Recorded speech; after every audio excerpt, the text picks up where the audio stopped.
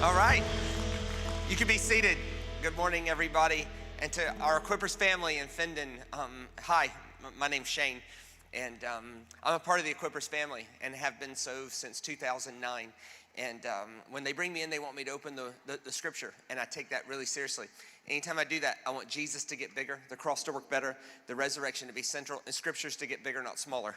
Hope that's going to be your experience there in Findon as well as right here in Ranella. Just one thing before we get going, it's always an honor to be with my Equippers family, Sam and Kathy Monk and Danny Guglielmucci and Matt Stevenson and all these guys that I've just had Peter Prothero, I've had the privilege of ministering with all over the world. After this is over, in the foyer area here and in the foyer area at Findon, my friend Bailey is there somewhere, and he'll be there to help you there in Findon. We have our resource table set up. No longer do we have hard copy anything. There weren't big boxes shipped or anything like that. It's no USB, CDs, everything are on direct download cards. And it's pretty simple. It's for the first time ever, you have full access to everything I've ever done. So if you buy one card, you go to our download library and get one of anything you want, and then 2, 3, 4, whatever the case may be. The reason we do that is because we want to resource people well. The second reason we do that is that we take Matthew 25 very seriously. Matthew 25 is where Jesus said, whatever you did to the least of these, you did it to me.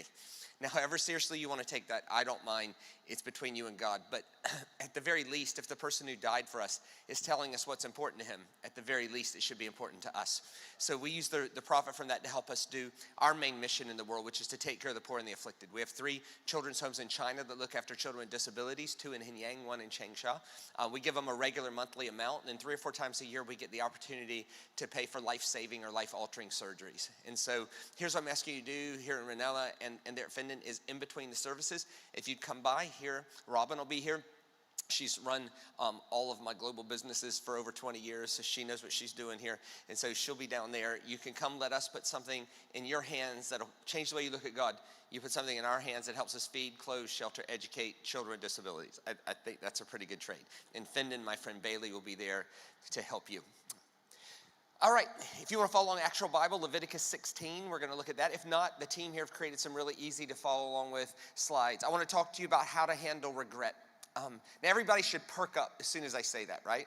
Because that's something that we all have. If you're like, I don't have those, we don't want to know you, right? I'm talking about the things in your life that you hope to God never end up on Facebook, that. The things in your life that you hope don't go public, that. The things in your life that if you had a do-over, you would take the do-over, but you don't have a do-over, and sometimes people treat you as if you did have a do-over, that. I'm talking about when you meet a new group of people.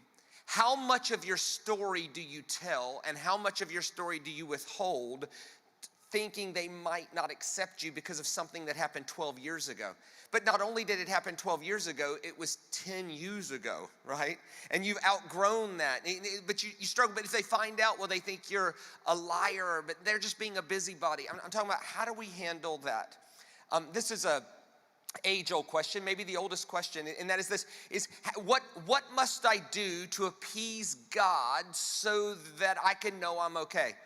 Thank God we don't live in ancient Sumerian culture. In ancient Sumerian culture, if you offended the gods, they wanted you to cut yourself, right? The problem is they didn't know what to cut or how much of what to cut. And so in one sect of ancient Sumerian culture, they told them, just cut till it rains.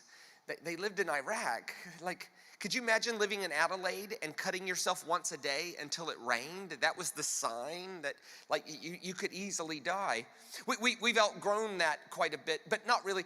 In the 1500s, there was a monk. He said, I prayed on my knees on stone floors until they bled, which leads to this question. What kind of God are we picturing in our head that would take pleasure on us doing pain to ourselves just so he could be who he is? That would be terrible. Does our lack of faithfulness compromise who God is? I hope not.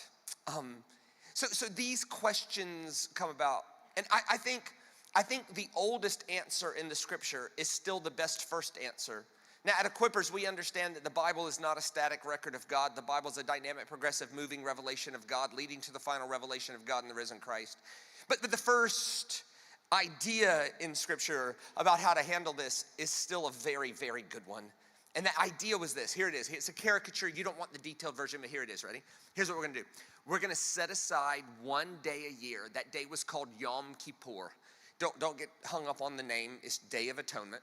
That day was called Yom Kippur. And here was the essential of the day, right? It's going to be on the 10th day of the new year. For them, for us, January 10th. For them, somewhere in September. The actual date doesn't matter. The function of the date matters. And it's on this day God is going to forgive every regret for the whole year.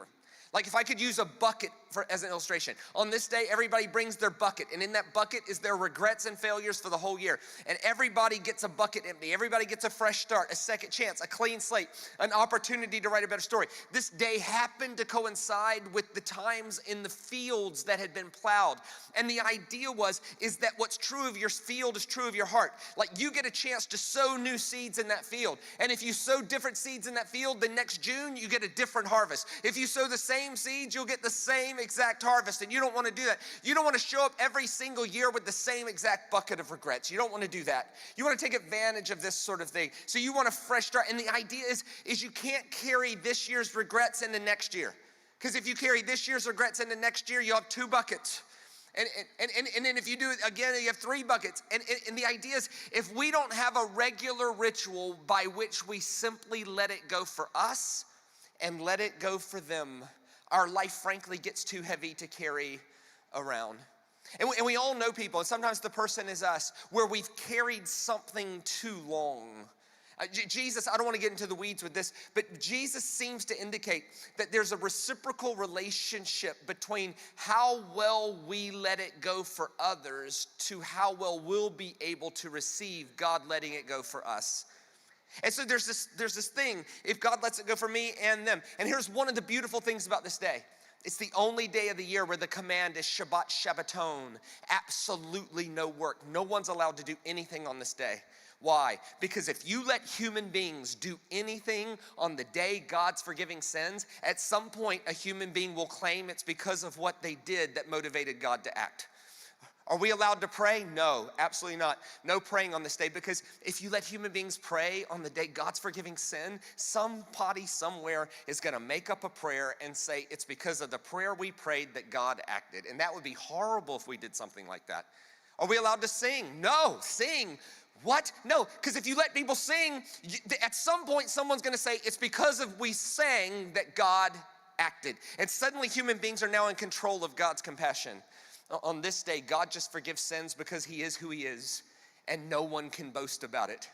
Now, that was the first idea. A later idea in Scripture was a psalmist. He said, don't you know that his mercy is new every morning? In other words, what's true of Yom Kippur is true every single day. As if God's a jerk 364 days, and on the 365th day, he's like, I'll be nice today. No. What's true of Yom Kippur is true every single day. And then Jesus comes along and goes, actually, if you want to know what I'm actually like, I forgive 70 times 7 for the same sin in the same day.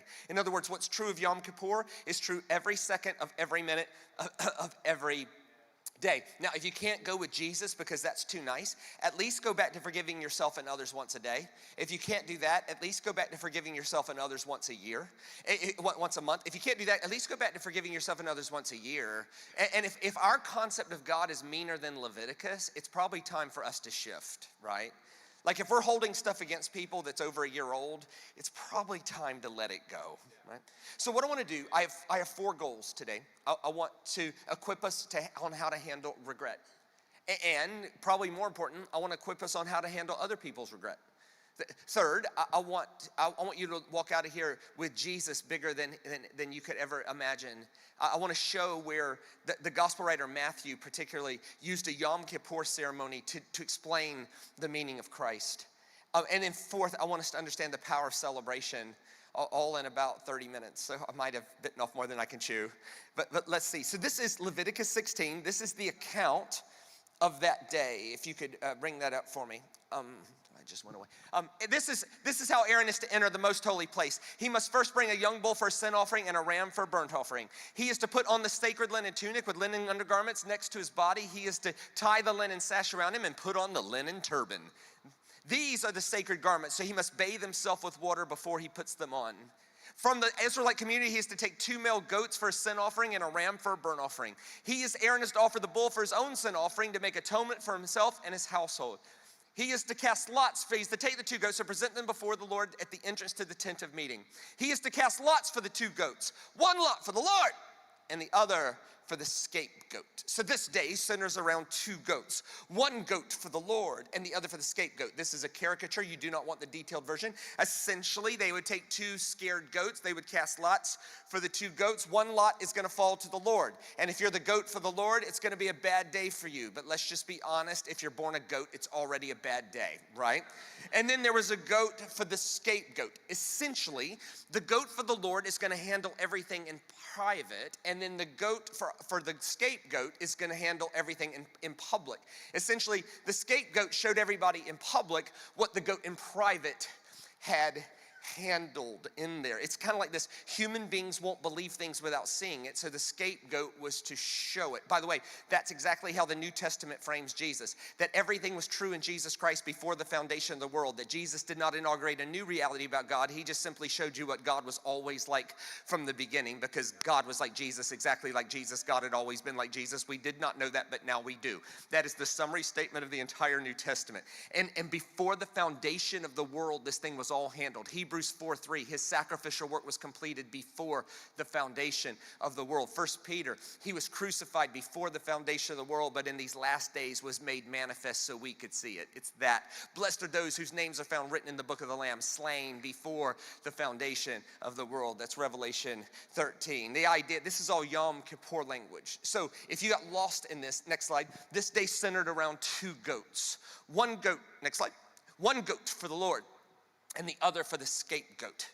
But the scapegoat has this special name. It's really cool. Most important word I'm going to teach you today. The scapegoat's name was Azazel. All right. Now I'm going to take a take a risk here that equippers that we could be a bit responsive. Okay. And in Findon, I want you to try this as well. So you don't get this. You don't get to sit this one out. Hey, yes, even you on the second row there. Yes, yes, you. Yeah, you don't get to sit this out.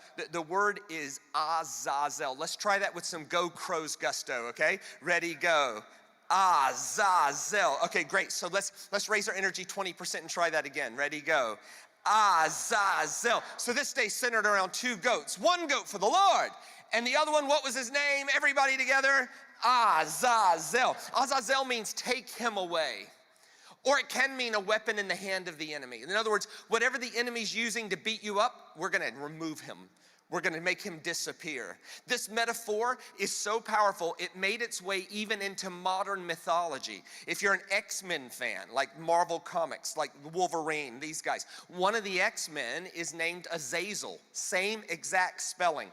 Azazel's power is if he can grab you, he can remove you. He can make you disappear. That's Azazel. So Azazel means to take something away. And the idea is we're going to put everybody's regrets on this goat, and we're going to remove him. We're going to take him away. Let's keep going. Next slide. Aaron shall bring the goat whose lot falls to the Lord and sacrifice it for a sin offering. But the goat chosen by Lot as the Azazel shall be presented alive before the Lord to be used for making atonement by sending it away into the desert as the Azazel. So what I want to do today is I'm going to walk you through a very brief caricature of a Yom Kippur ceremony, okay? There's more to it, but I'm picking the basic bits. And what I want you to see is not just Yom Kippur. I want you to see how they use this ceremony to define Jesus. So next slide. Let's first the goat for the Lord. The goat for the Lord would be taken inside, and they would tie him to an altar. Right? And the first thing they would do is they would lay hands on the goat, malah. Malah means to impart something onto something else. So in this context, everybody's got your bucket of regret, everybody got your bucket, we're gonna put it on this goat. Now the Talmud says that when the priest put the sins on the goat, the pressure from everybody's failure on this one goat caused the priest to turn his head. So the idea that the picture was this. Hold on a second. The gospel writer Matthew says that when the sins of the whole world was put onto Jesus, God the Father turned his head. This is Yom Kippur language. To a Jewish audience, that would be like, is this the day God just lets it all go? Is this the day everybody gets a fresh start, a second chance, a clean slate, and an opportunity to write a better story? Is the living embodiment of the truth of this day hanging right in front of us? The next part of the ceremony was called the press. The priest would lay on the goat and squeeze. I think the idea was we really, really got to get the sins in the goat. The play on words there is the Hebrew word for press is Gethsemane. Well, hold on a second. The gospel writers say that as a part of this whole process, Jesus went to the Garden of Gethsemane. And remember his prayer? He said, Father, I'm pressed with the sins of the whole world. Again, this is Yom Kippur language. At exactly the 9th hour, the priest would proclaim in a loud voice, it is finished. At exactly the 9th hour, Jesus proclaimed in a loud voice, it is finished. This is Yom Kippur language. The priest would then cut the goat's throat. He would then catch the goat's blood in this cone-shaped cylinder, broad at the top, narrow at the bottom. And he'd swirl it because they believed the blood had to stay alive. And he would go into the Holy of Holies. But walking from the altar to the Holy of Holies, he would say, don't touch me, don't touch me. I have not yet offered the blood of the sacrifice.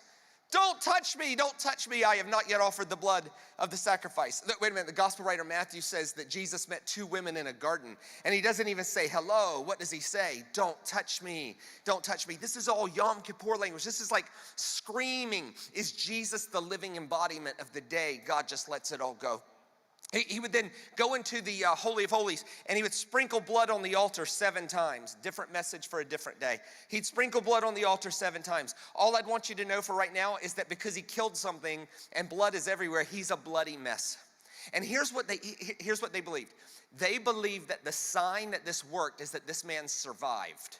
So this was like a holy, sacred, somber, pressure-filled moment. Can you believe? They would tie ropes to the guy in case they had to pull him out, right? There's a lot of pressure on this guy. And so when he comes out and he survived, that was the indication to the people, this whole thing just worked. But he had to prove he lived.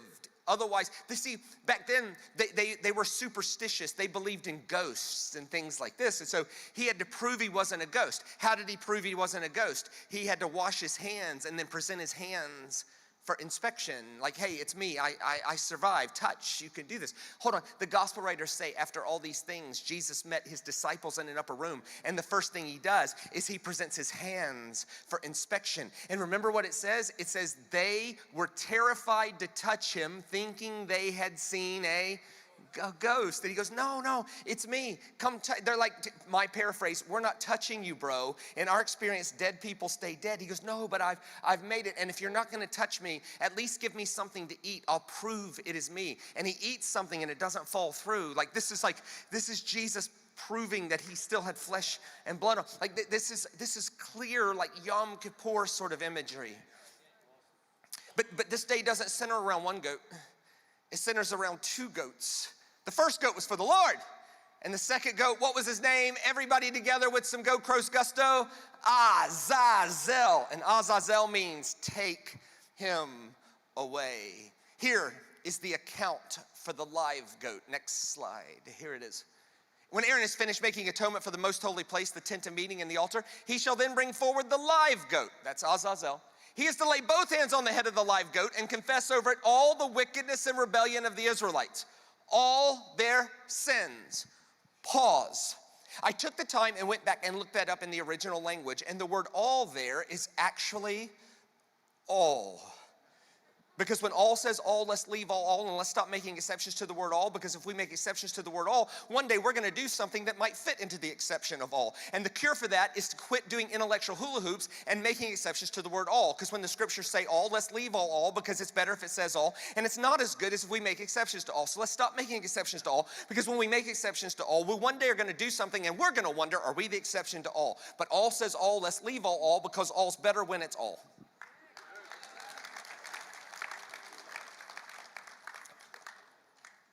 But Shane, he's an addict. I know.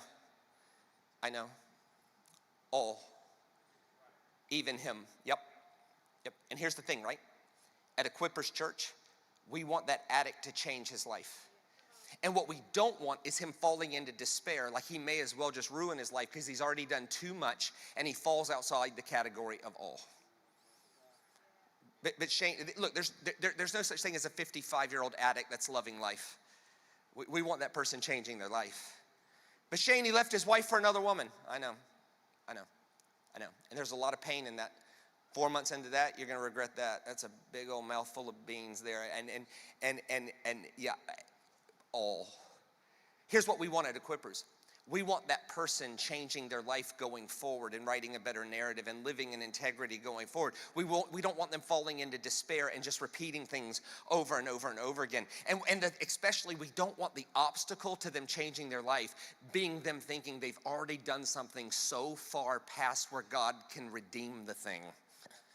All means all. And put them on the goat's head. We'll talk about that in a second. Next slide. He shall send the goat away into the desert in the care of a man appointed to the task. The goat shall carry on itself all their sins to a solitary place, and the man shall release it into the desert. The man who releases the goat as the Azazel must wash his clothes and bathe himself with water. Afterwards he may come into the camp. So the first goat was handling things inside. The goat for Azazel was meant to show everybody on the outside what the goat on the inside had accomplished. The goat on the inside, it works if the man survives. The goat on the outside had his own miracle. We'll talk about that in just a second. Next slide. Here is a basic goat for Azazel ceremony. They would take a terrified goat. He knows what just happened to his friend inside. He's not real happy about the whole situation, to be honest with you. He's in front of thousands of people. And they're gonna put all the sins on this goat. The first thing they would do is they would malah, lay hands. Everybody got your bucket. Everybody got your bucket. We're gonna put it on this goat. They would signify it by wrapping a scarlet woolen thread, a red cord, around the goat's head. The priest would wrap the goat's head with this red cord, and he would back off, and he would say, "Behold, Israel, your sin." Hold on, the gospel writer Matthew says as a part of Jesus' trial, Pilate had his head wrapped in thorns. Hold on, if you wrap someone's head in thorns, what color would the wrapping be? Red. And he stood him in front of the Jewish crowd. This is all like Yom Kippur imagery. They would then walk the goat through the crowd. They would take a rope and they would just walk him through the crowd. And they would be proclaiming in a loud voice, "Behold, Israel, your sin is being removed from you as far as the east is from the west. Behold, Israel, your sin is being removed from you as far as the east is from the west." They would then put someone in charge of the Azazel. They would put someone in charge. But remember, Jesus said to Pilate, "You've been given charge over me by heaven." This is all Yom Kippur imagery. They would then cut the piece of the red cord and hang it from the temple door. And the man would be in charge of releasing the goat. He would take him far, far, far into the desert. And this is where Yom Kippur gets a bit boring and a bit awkward. Human beings aren't good at sitting still and quiet. There's a whole spiritual discipline around this in the Catholic tradition around quiet retreats and stuff. And people go, "Oh, well, yeah, you try it. Go try to be quiet for 3 days." We're not comfortable in this kind of stuff. Can you imagine just being there and you're not allowed to do anything until that goat leaves? Like, this takes a while. It's like, stop whistling. No whistling. That's work. No talking. No singing. You're kind of bouncing a little. And so it's a little bit awkward. Human beings aren't great at just being quiet. Never, ever try it in a Pentecostal church. Ever. Imagine if we did that. Hey, let's take 20 seconds and just be utterly quiet to see what God might be saying. Don't do that. 8 seconds into it, somebody at the back's gonna go, "Ah!" People say, "Oh, the Spirit's moving." No, we're just uncomfortable being quiet. And so what they started doing is they started taking the goat and throwing him off the closest cliff. The reason is it was expedient, right? Also, the Mishnah tells this great story that there's this one Yom Kippur where 4 days later, the goat with all their sins found his way home, right? And so the goat comes back. So everybody's sins returned, right? And so they wanted to make sure that never happened again, so they started throwing the goat off the closest cliff. Oh, by the way, pause. For Equippers Church to be a church of Jesus Christ, at the most bare minimum, we have to be a church that is committed to goat removing and not goat bringing. This made its way into English metaphors. Remember when you were a kid, if you did something stupid and your friends were taking the mickey out of you, what did your grandma tell you? Hey, don't let them get your goat. Don't let them, hey, the English metaphor, don't let them get your goat, is don't let somebody bring up your failure in a way that embarrasses you. That's a Yom Kippur etymology. It's like to be goat bringers is instead of goat removers. In other words, if the Church of Jesus Christ ever becomes enamored with investigating people's failures, especially past ones, and bringing them up, we've become goat bringers and not goat removers. And that becomes a real problem. It burdens me that the top New Testament theologian on the earth, a guy named Tom Wright, could do the most brilliant exegesis of Romans 4 you've ever heard in your entire life, and he'll get 800 clicks on YouTube. You give one dipstick with a microphone whose whole living is made from talking about people's failures, and he'll get 2 million views.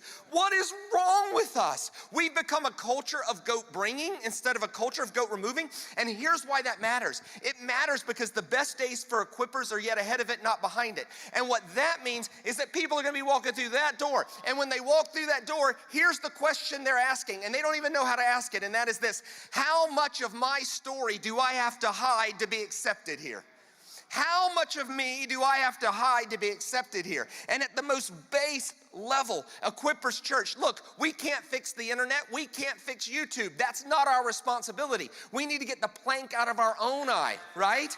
Right? This is about plank removal. Jesus said if you want to change your world, you got to get your plank out, not their speck.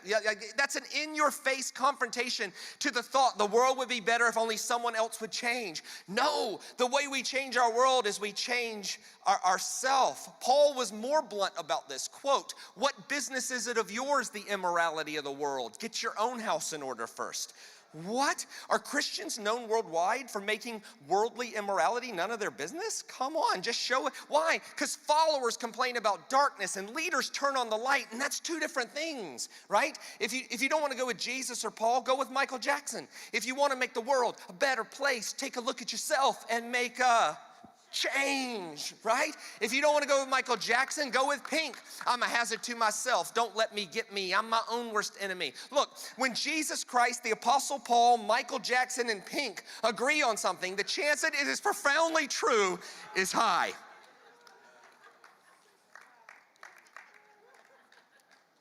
At the most base level, we have to be committed to our own plank removal. And here's how we do that.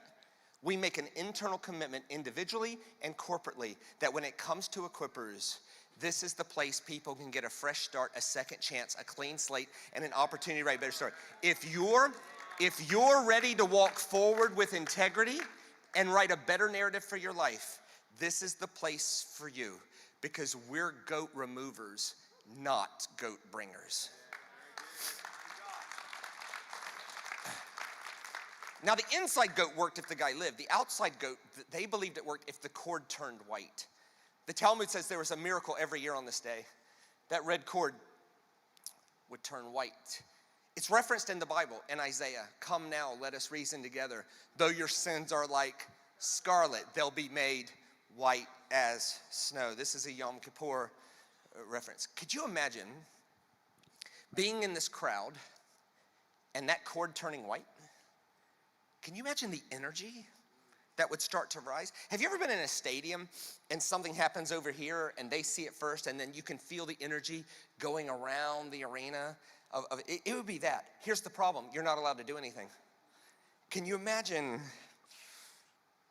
that thing rising inside of you? Everybody gets a fresh start. Everybody gets a clean slate. Everybody gets a second chance. Everybody gets an opportunity to write a better story. Everybody can sow new seeds. Everybody doesn't have to carry last year's regrets into this year. Can you imagine the energy in the room? Here's the problem. They weren't allowed to do anything until Yom Kippur ends. And Yom Kippur ends with a very simple move. When the priest saw that the cord turned white, he would back up to the stage and simply sit. And when the priest sat down, It was the indication to the people that everything had been handled, everything worked, everybody gets a fresh start, a second chance, a clean slate, and an opportunity to write a better story. And now they're allowed to do stuff. And what did they do? They went nuts. Shouting, singing, clapping, blowing horns, jumping, turning. Why? Because when you get a revelation that all of that's not being held against you, that was where, and here's the thing, it wasn't worship in order to get God to act. That's witchcraft. It was worship because he acted. This was like this massive, there was a guy that experienced a Yom Kippur and he wrote his testimony down. This is not in the Bible. It'd be like if I wrote my testimony about today. This is what he said. Next slide. He then fastened a scarlet woolen thread to the head of the goat for Azazel, and laying his hands upon it again, recited the following confession and sin and prayer for forgiveness. O Lord, I've acted with iniquities, trespasses, and sins before you. I, my household, the sons of Aaron, your holy ones. O Lord, forgive the iniquities, transgressions, and sins that I, my household, and Aaron's children, your holy people, committed before you. As it is written in the law of Moses, your servant, for on this day he'll forgive you to cleanse you from all your sins before the Lord, and you will be clean. This is Yom Kippur. A few minutes here about Jesus. Easter's coming. You announced it today in your church announcements. And if you've been in church for a while, you kind of know why that's important. If this is your first time ever in church, you're like, what's the deal with Easter? I've heard of it. There's a bunny. There's what's going on here, right? And here's the reason. I have 33 different messages on the cross and resurrection, all right? I probably should have 50, all right? I haven't even scratched the surface. Here is one of them. One of the reasons the Easter story is so compelling is because the Easter story mirrors our story, right? It says that even if your faith is perfect, that doesn't mean you get to escape suffering, death, grief, pain, injustice, people doing you wrong. You don't get to escape that. And if you are in the middle of suffering or grief or pain or doubt, that doesn't mean you have a faith problem. It means you're a human being. And so the Easter story honors that suffering and death and sickness and things like that, they can get a word. The good thing is they don't get the last word. In the Easter story, the last word is surprise, hope, resurrection, wonder, awe, astonishment, amazement. And we need more of that than despair. And so the Easter story is where we come around these kind of ideas. And so I want to test your knowledge of that story. I'm not calling you up here, it's rhetorical, but you'll do well with this. Because it's in every Easter play, every Easter movie, every single thing. Pilate is given charge of Jesus. He stands him in front of the crowd with the red wrapping around his head. And he says, I'll do anything you want me to do. I don't want to kill the guy, but I don't want to riot either because that's going to upset Caesar. So I'm going to let you decide. And the Jewish crowd start chanting something famous. It's in every single movie, every single play, every single flannel graph, if you're old enough to remember that. It's in every single thing. With some confidence, what did the Jewish crowd start shouting? Crucify him, crucify him, crucify him. It's in every play, every movie. Here's the problem. That's not what they said. Here's John 19. Check this out. It was the day of preparation of Passover week, about the 6th hour. Here's your king, Pilate said to the Jews. But they shouted, take him away, take him away, crucify him. Hold on. If a Jewish crowd is chanting, take him away, what word are they saying? Azazel, Azazel, Azazel. Is this the day God just lets it all go? But wait a minute. Leviticus says someone has to be put in charge of the Azazel, and when he's done, he has to wash his hands. This is Matthew 27. Next slide. When Pilate saw that he was getting nowhere, but that instead an uproar was started, he took water and washed his hands in front of the crowd. But wait a minute. How does Yom Kippur end? Yom Kippur ends when the priest sits. Here's Hebrews chapter 10, next one. Day after day, every priest stands and performs his religious duties. Again and again, he offers the same sacrifices which could never take away sins. But when this priest has offered for all time one sacrifice for sins, he is now sat down at the right hand of God. Which leads me to this question. Have we ever presented the gospel in such a way that makes Jesus stand back up? Like, we know you did it all, but we just desperately need everybody to do it our way so we can feel better. The good news is better than your failure. The good news is the priest is sitting. There's this guy named John. Here's his insight on this. This is 1 John. My dear children, I love that. Dear children, I write this to you so that you will not sin. Stop. Pause. The only appropriate response to God's grace is to choose to live better. If you commit a crime and a lawyer gets you off, stop breaking the law. If you fail a test and the teacher gives you a do-over, write different answers. If you hit a bad golf shot and your partner says, have another one, aim differently. If you get a chance to write a better story, write a better story. Sow new seeds, not old seeds. If you sow the same seeds of anger, you're gonna get the same harvest of bitterness. You sow the same seeds of doubt, you'll get the same harvest of cynicism. This is a season where we get to choose from this day forward, this minute forward, this second forward, that we can sow new seeds. And the only appropriate response to God's grace is to choose to live better. What a tragedy it would be to show up every year with the same exact bucket of regrets. Will God forgive you? Yes, every time. Why? Because our lack of faithfulness never compromises his faithfulness. But the quality of our life is at play. Dear children, I hope you don't sin. I write this so you don't sin. But if anybody does, I love that. Dear children, I hope you don't. But if you do, and you will, we have one who speaks to the Father in our defense, Jesus Christ, the righteous one. Paraphrase, his faithfulness is never compromised by our lack of it. I hope you don't, but if you do, Jesus is still there for you. He is the atoning sacrifice for our sin. Oh, and not just for our sin, but for the sins of the whole world. Now, great teachers can summarize big thoughts in one sentence. I'm gonna take 4 because I'm not that great. So if you're the type that can only listen to the first 3 minutes of a message and then you tune out, and then when you feel it landing, you come back, now is your time. This is your moment. You'll get the whole sermon in 3 minutes, so that if she asked you in the car, what did that man talk about? You have an answer. Here's the whole sermon in 4 sentences. Next slide. The hands have been washed. But Shane, I committed a crime. I know, and I know prison was terrible, and you've paid your debt to society, and you know what? You're asking a question. Can I have a fresh start, a second chance, a clean slate, and an opportunity to write a better story? And the answer is yes, you can, because the good news is better than that failure. The good news is that the hands have been washed. Maybe we could say it this way. If I could have my whole band back up, that'd be awesome. Next slide. The cord has turned white. Yeah, but Shane, it's an addiction. It's actually a pornography thing. I know, and I wish you didn't get caught up in that. And it's so free, and it's so lacks accountability, and it's right there on the computer. But you know, and I know the damage that can be done when we learn to treat image bearers as if they're objects, and the objectification of a human being is never a good thing. I wish you'd have never done that. But the good news is better than that failure. The good news is that the hands have been washed and the cord is turned white, and you can start over right now, afresh and anew, going forward. Maybe we could say it this way. Next slide. The priest has sat down. You might say, Shane, I went through a divorce. I know.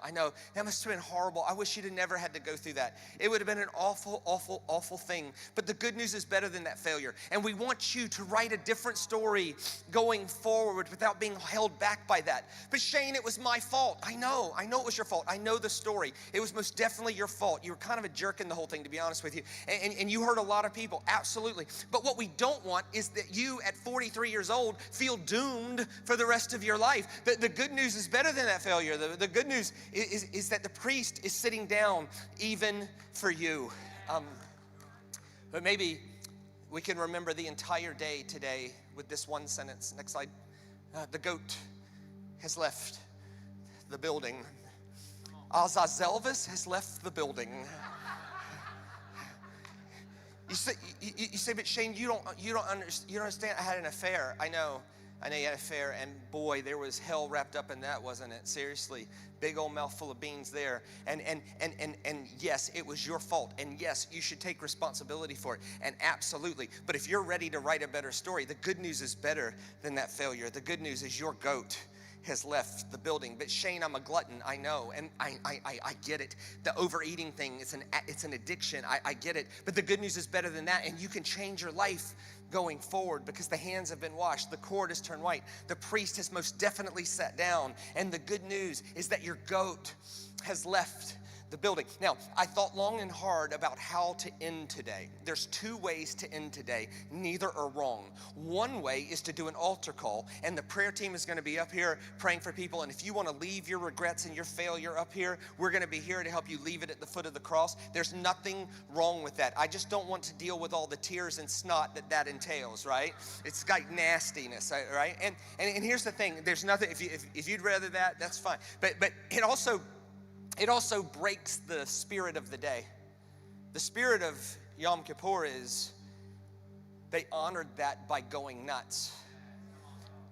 Now relax, okay? I'm not gonna tell a room with white people in it to go nuts. We don't know what that is. We get very uncomfortable. White people don't know how. You ever see a white person try to dance? Like they dance with their shoulders. It's like, hey. So I picked something that's culturally appropriate for everybody. Clapping on beat. And here's the thing, right? When we clap on beat, there's a way to do it mindlessly, right? But clapping in the ancient world was corporate agreement. It's like, it's true for me and you. Like, you can't want mercy for yourself and justice for everybody else. If the goat leaves for you, it leaves for them, right? But Shane, they're wrong about God. Of course they're wrong about God. Everybody's wrong about God. No one scratched the surface of who God is. Are you serious? And so it was a holy moment where you clap, and so we give a high five or we handshake. That means we agree together. And so we're going to have a moment here where we get to celebrate this for ourselves and for the person across the room, because we're going to do this together. Would you stand to your feet in Findon and in Ranella? I want to speak something over you. And then we're going to try something with a band that doesn't travel with me. So give us some grace here, okay? I bless you today to be people who sow new seeds, who have the courage to take the plowed ground of your heart and live differently from this day forward. The fear, the guilt, the pain, the shame, the affair, the adultery, the divorce, the crime, the addiction, you don't have to carry that one more day, because the good news is better than that failure. The good news is your goat has left the building. And so we're gonna do this together. Mr. Drummer, give me a beat that we can do this. Here it is. Oh, yes.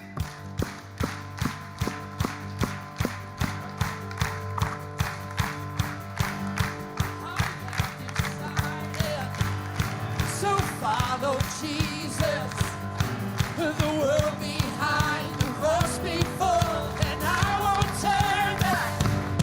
I have decided. So follow Jesus, the world behind, the horse before, and I won't turn Okay, back. all right, right here, like this right here. I bless you, my brothers and sisters of Equippers in Findon and Ranella,